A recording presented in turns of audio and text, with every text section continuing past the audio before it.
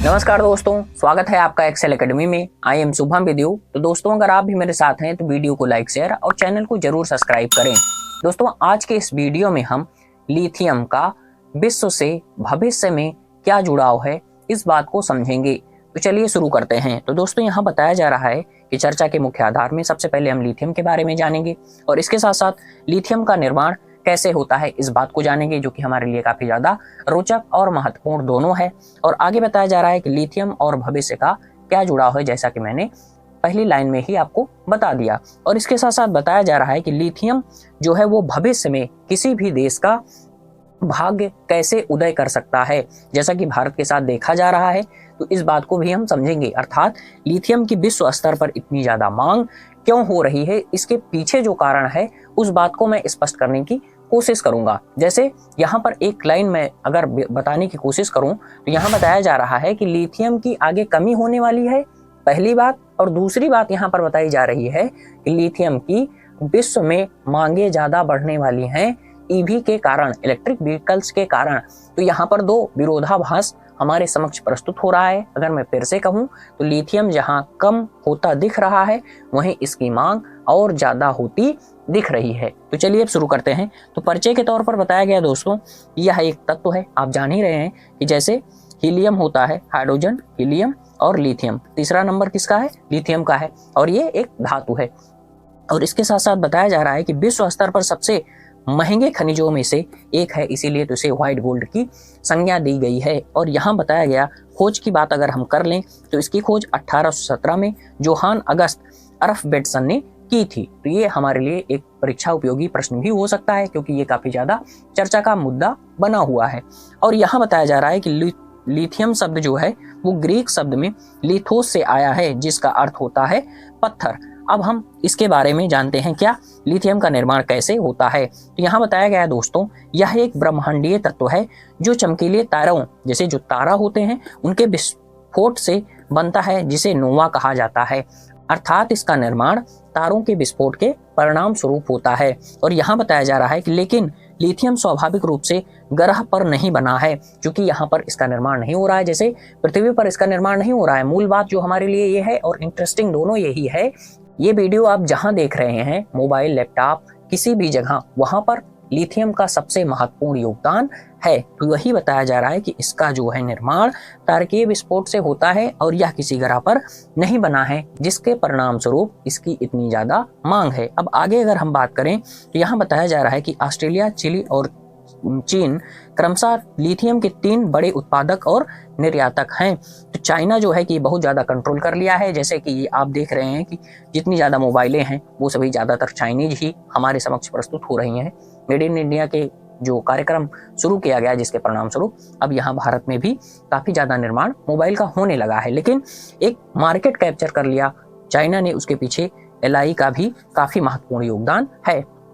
और इसके बाद बताया गया कि जैसे ईवी और लिथियम, अब इस बात को हम समझने की कोशिश करते हैं कि जैसे जैसे ईवी की मांग बढ़ेगी वैसे वैसे लिथियम की मांग बढ़ने वाली है। इलेक्ट्रिक व्हीकल्स में क्या हो रहा है? लिथियम का ही यूज हो रहा है, लिथियम आयन बैटरी का यूज हो रहा है, जिसके कारण इसकी मांग बहुत ज़्यादा बढ़ने वाली है। अब आगे आइए चीज़ों को समझने की कोशिश करते हैं फैक्ट के साथ।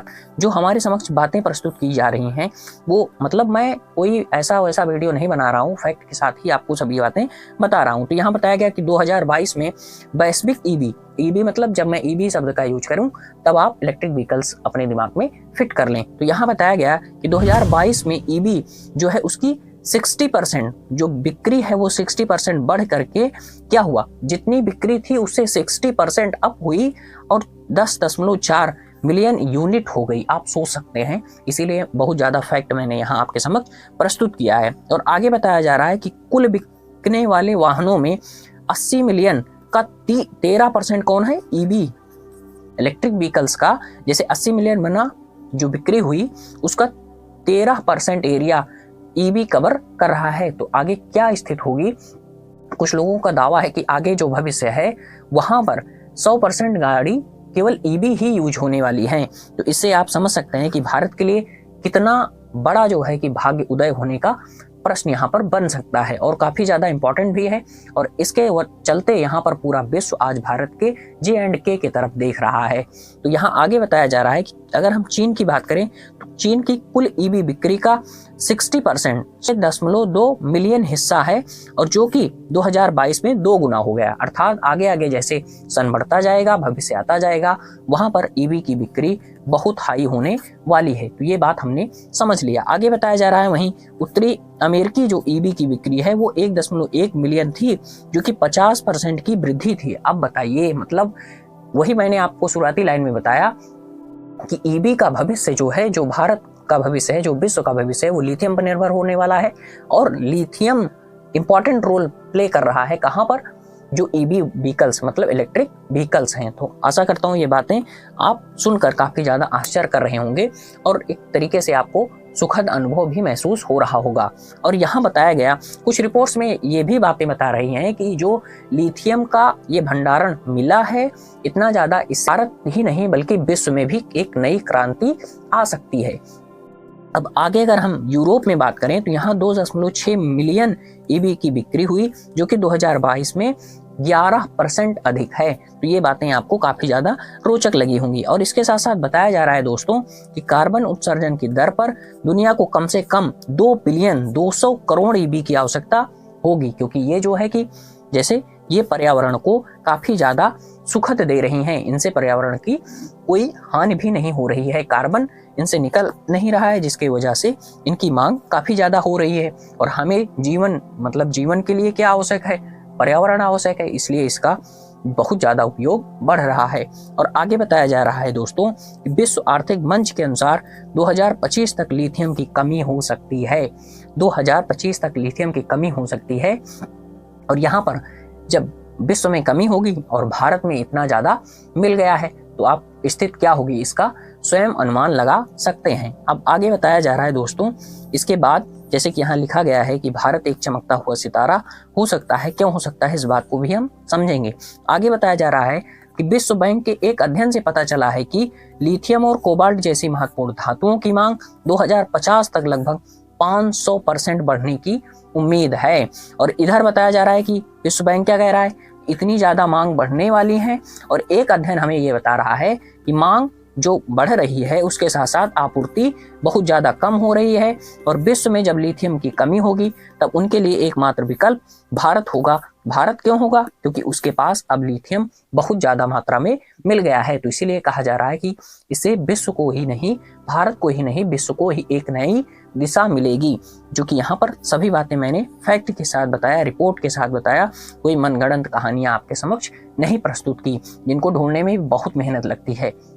लेकिन वही है कि मेरा उद्देश्य ये रहता है कि व्यूज ना मिले लेकिन वैल्यू वीडियो में होनी चाहिए। अगर कोई व्यक्ति 10 मिनट अपना निकाल कर देख रहा है तब उसे जरूर कुछ ना कुछ मिलना चाहिए एक्स्ट्रा अन्य लोगों से। और आगे बताया जा रहा है दोस्तों, भारत एक चमकता सितारा हो सकता है। क्यों हो सकता है, इस बात को अब हम डिस्कस करने वाले हैं। तो यहाँ बताया गया कि अधिकांश वैश्विक रिजर्व जो जहां पर लिथियम मिला है वहां पर क्या है, जल संसाधन बहुत कम मात्रा में पाया जा रहा है, जिसके कारण अभी आगे बात हो रही है। और आज के वीडियो में हम पक्ष को देख रहे हैं, और जो हमारा सेकंड वीडियो होगा वहां पर हम लिथियम के विनाशकारी रूप को भी देखेंगे। आपको ताजुब हो रहा होगा कि मैं ऐसा क्यों बोल रहा हूं, क्योंकि हमें एक सिक्के जैसे सिक्का है तो मेरा सबसे महत्वपूर्ण मतलब लाइन होती है कि आपको सिक्के का एक ही पहलू ना दिखाया जाए, दोनों पहलू दिखाए जाएं। तो ये बात हम आज समझ रहे हैं, जहां आपको काफी ज्यादा सुखद अनुभव हो रहा है, लेकिन वहां पर आपको चकित होना होगा कि लिथियम के लिए क्या क्या चुनौतियां हैं। इस तौर पर हम उस बात को देखेंगे। तो यहाँ बताया गया कि जल निष्कर्षण में जैसे खनिजों को खनिज का निष्कर्षण एक चैप्टर ही होता है, उस पर ज्यादा चर्चा नहीं करने वाला हूं मैं। तो खनिज को जैसे निष्कर्षण के लिए जल की बहुत ज्यादा आवश्यकता होती है, और जहां पर ये मिल रहे हैं वहां पर जल की कमी बहुत ज्यादा है। और भारत में उतनी ज्यादा नहीं है, कमी तो है ही, लेकिन हमारी नदियां हमारे लिए काफी ज्यादा इंपॉर्टेंट रोल प्ले करती हैं। अब यहाँ आगे बताया गया कि भारत भविष्य का विकल्प दिख रहा है। वही बात बताई मैंने कि जैसे एक लाइन वहां पर लिखी गई कि जो लिथियम को कंट्रोल करेंगे वो विश्व को कंट्रोल कर लेंगे, ऐसी बात कही गई। अब आगे बताया जा रहा है दोस्तों कि भारत जो वर्तमान में एलआई का आयात करता था वो कहाँ से, ऑस्ट्रेलिया और अर्जेंटीना से करता था। और इसके साथ साथ एलाई जो आयन सेल हैं इनका आयात 70% आप सोच सकते हैं चीन और हांगकांग से करता था। और आज कहानी बदल चुकी है। और इसके बाद जो लिथियम आयन बैटरी है ये किस तरीके से काम कर रही है, पवन आयन सोलर पैनल इलेक्ट्रिक वाहनों में इसका यूज किया जा रहा है। और यहाँ आगे सबसे महत्वपूर्ण बात बताई गई, और यही सभी हरित अर्थव्यवस्था में महत्वपूर्ण हैं। जो आगे की अर्थव्यवस्था है उसके लिए इनका बहुत ज्यादा योगदान है। और यहाँ मूल बात जो बताई गई दोस्तों कि जम्मू एंड कश्मीर में रिजर्व भारत सरकार की निजी कारों में 30% ईवी पैड और जो वाणिज्यिक वाहन हैं उनमें 70%, और इसके साथ साथ ऑटोमोबाइल उद्योग में 2030 तक 2 पहिया और 3 पहिया वाहनों के लिए 80% की महत्वपूर्ण योजना को आगे बढ़ाने में मदद करेगा। जो सरकार की ये योजना है इसमें सबसे इंपॉर्टेंट रोल कौन प्ले करने वाला है, लिथियम, जो कि हमारे पास आज प्रेजेंट टाइम पर मिला है। जैसे कि अभी अनुमान है, बहुत ज्यादा क्लियर नहीं कहा जा सकता, लेकिन यह है कि है जरूर। ठीक है, तो ये बात हमने देख लिया। तो आशा करता हूँ ये जानकारी आपको काफी ज्यादा रोचक लगी होगी। तो इसके सेकंड पार्ट में हम जो लिथियम को लेकर चुनौतियां हैं उनके बारे में चर्चा करेंगे। तो मिलते हैं नेक्स्ट वीडियो में। आप सभी लोगों का बहुत बहुत आभार, धन्यवाद दोस्तों।